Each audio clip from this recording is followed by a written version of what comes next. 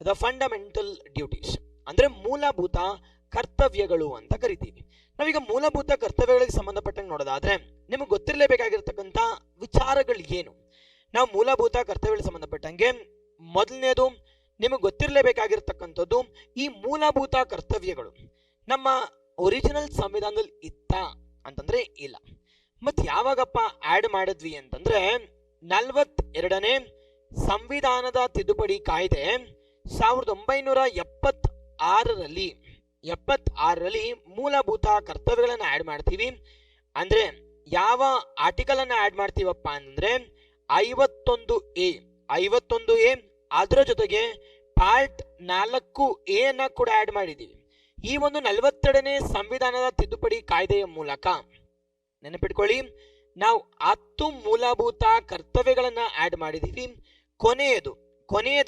ಕೊನೆಯದಾಗಿರ್ತಕ್ಕಂಥ 11ನೇದನ್ನ ಯಾವಾಗಪ್ಪ add ಮಾಡಿದ್ವಿ ಅಂತಂದ್ರೆ 86ನೇ ಸಂವಿಧಾನದ ತಿದ್ದುಪಡಿ ಕಾಯ್ದೆ 2002ರಲ್ಲಿ ಆಡ್ ಮಾಡ್ತೀವಿ.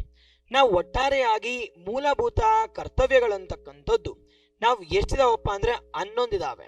10 ಅಂತಕ್ಕಂಥದ್ದು ಯಾವ ತಿದ್ದುಪಡಿ ಮೂಲಕ ಆಡ್ ಮಾಡಿದೀವಿ?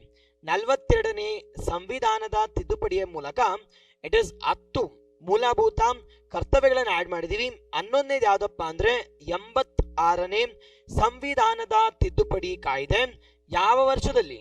2002ರಲ್ಲಿ ಆಡ್ ಮಾಡಿದೀವಿ. ಇಷ್ಟು ಗೊತ್ತಿರಲಿ. ನಾವು ಎರಡನೇದ್ರ ಬಗ್ಗೆ ನೋಡೋದಾದ್ರೆ ನಾವು ಈ ಮೂಲಭೂತ ಕರ್ತವ್ಯಗಳಂತಕ್ಕಂಥದ್ದು ಯಾರಿಗೆ ಅನ್ವಯ ಆಗತ್ತೆ ಸರ್ ಅಂತಂದ್ರೆ, ಅನ್ವಯ ಆಗ್ತಕ್ಕಂಥದ್ದು ನಮ್ಮ ಭಾರತೀಯರಿಗೆ ಮಾತ್ರ ಅನ್ವಯ ಆಗತ್ತೆ. ಅಂದ್ರೆ applies only to what? Only to citizen. ನೆನ್ಪಿಟ್ಕೋಬೇಕಿಲ್ಲಿ ನಾವು ಓನ್ಲಿ ಟು ಸಿಟಿಸನ್ಸ್, ನಮ್ಮ ವಿದೇಶಿಗರಿಗೆ ಅನ್ವಯ ಆಗಲ್ಲ. ಈ ಒಂದು ಪಾರ್ಟ್ 4 ಆಗಿರ್ಬೋದು, 4A ಆಗಿರ್ಬೋದು, ಅಥವಾ 51A ಅಂತಕ್ಕಂಥದ್ದು ವಿದೇಶಿಗರಿಗೆ ಅನ್ವಯ ಆಗುವುದಿಲ್ಲ.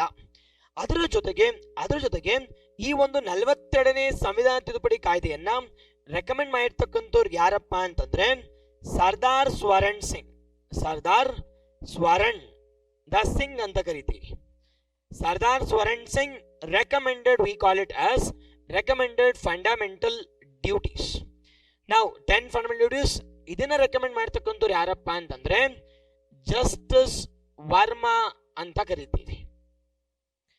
Justice Verma Committee recommendation recommended the 11th one in the year, we call it as 1999. But add ಮಾಡಿದವಾಗ it is 86ನೇ ಸಂವಿಧಾನದ ತಿದ್ದುಪಡಿ ಕಾಯ್ದೆಯ ಮೂಲಕ ಏನನ್ನ ಆಡ್ ಮಾಡ್ತೀವಪ್ಪ ಅಂತಂದ್ರೆ 51A ಸ್ಮಾಲ್ ಕೆ ಅಂತ ಕರಿತೀವಿ. ಇದನ್ನ KS ಅಲ್ಲಿ ಕೂಡ ಕೇಳಿದ್ದಾರೆ. 51K ಅಂತ ಕರಿತೀವಿ. ಇಷ್ಟು ಮೂಲಭೂತ ಕರ್ತವ್ಯಗಳು. ಮೂಲಭೂತ ಕರ್ತವ್ಯಗಳು ಏನಕ್ಕೆ ಅಂದ್ರೆ ಮಾರಲ್ ಅಂಡ್ ಸಿವಿಕ್ ಡ್ಯೂಟಿ. ಒಬ್ಬ ವ್ಯಕ್ತಿ ಆಗಿರ್ತಕ್ಕಂಥವನು ಇಟ್ ಇಸ್ ರೈಟ್ಸ್ ಅನ್ನ ಮಾತ್ರ ಎಂಜಾಯ್ ಮಾಡೋ, ಹಕ್ಕುಗಳನ್ನ ಎಂಜಾಯ್ ಮಾಡೋದಲ್ಲ, ಜೊತೆಗೆ ಅವ್ರಿಗೆ ಕೆಲವೊಂದು ಕರ್ತವ್ಯಗಳು ಕೂಡ ಇರುತ್ತೆ. ಆ ಕರ್ತವ್ಯಗಳನ್ನ ಪಾರ್ಟ್ 4A ನಲ್ಲಿ ಹಾಕಿದೀವಿ. ನಾವು ಪಾರ್ಟ್ 4A ಏನಪ್ಪಾ ಅಂತಂದ್ರೆ added via V call it as 42nd constitutional amendment act of 1976. ನಾವು it is not present in original constitution. ಮತ್ತೆ ಯಾವಾಗ ಆಡ್ ಮಾಡಿದ್ವಿ ಅಂತಂದ್ರೆ 42ನೇ ಸಂವಿಧಾನ ತಿದ್ದುಪಡಿ ಕಾಯ್ದೆ 1976ರಲ್ಲಿ. ಓಕೆ ಅಲ್ವಾ? ಇಷ್ಟಂತೂ ಬೇಸಿಕ್ ಆಗಿ ನಿಮಗೆ ಗೊತ್ತಿರಲೇಬೇಕಾಗಿರ್ತಕ್ಕಂಥ ವಿಚಾರಗಳು. ಯಾವ ವಿಚಾರಕ್ಕೆ ಸಂಬಂಧಪಟ್ಟಂಗೆ? ಫಂಡಮೆಂಟಲ್ ಡ್ಯೂಟೀಸ್ಗೆ ಸಂಬಂಧಪಟ್ಟ ಹಾಗೆ. ನಾವು ಇದೆಲ್ಲ ಓಕೆ ಸರ್. ಈ ಫಂಡಮೆಂಟಲ್ ಡ್ಯೂಟೀಸ್ ಸಂಬಂಧಪಟ್ಟಂಗೆ ಇನ್ನೊಂದು ಕೆಲವೊಂದು ವಿಚಾರಗಳು ನೋಡೋದಾದ್ರೆ ನಾವು ಇದ್ರ ನಮಗೆ ಇಟ್ ಇಸ್ ಏನಪ್ಪ ಸಿಗತ್ತೆ, ಆಬ್ಜೆಕ್ಟಿವ್ಸ್ ಏನು? ನಾವು ವಾಟ್ ಇಸ್ ಆಬ್ಜೆಕ್ಟಿವ್ ಅಂತ ಕೇಳ ಆಲ್ರೆಡಿ ಹೇಳಿದೆ.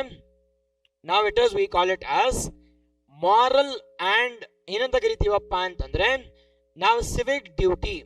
ಒಬ್ಬ ವ್ಯಕ್ತಿ ಆಗಿರ್ತಕ್ಕಂಥವನಿಗೆ ನೈತಿಕ ಬಾಧ್ಯತೆ ಕೂಡ ಇರಬೇಕು. ಅದನ್ನ ಎಲ್ಲಿ ಮೆನ್ಷನ್ ಮಾಡಿದೀವಿ ಅಂದ್ರೆ ಫಂಡಮೆಂಟಲ್ ಡ್ಯೂಟೀಸ್ ಅಡಿಗೆ.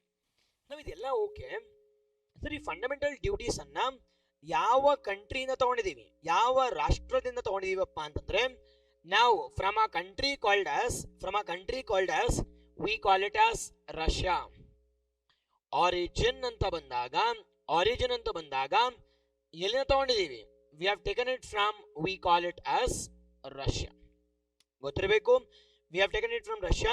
ನಾವು ಇದನ್ನ ಮೇಜರ್ ಆಗಿ ಜಾರಿಗೊಳಿಸಿಲ್ಲ ಅಂತಂದಾಗ ನಾನು ಮೇಜರ್ ಆಗಿ ನ್ಯಾಯಾಂಗ ಮೆಟ್ಟಲನ್ನ ಏರ್ಬೋದಾ ಅಂತಂದ್ರೆ ಇಲ್ಲ. ಅಂಡ್ ಅದಕ್ಕೋಸ್ಕರ we call it as non justiciable nature ಅಂತ ಕರಿತೀವಿ. This we call it as non justiciable nature of Indian constitution. ಓಕೆನಾ? ಇಷ್ಟು ಗೊತ್ತಿರಲಿ.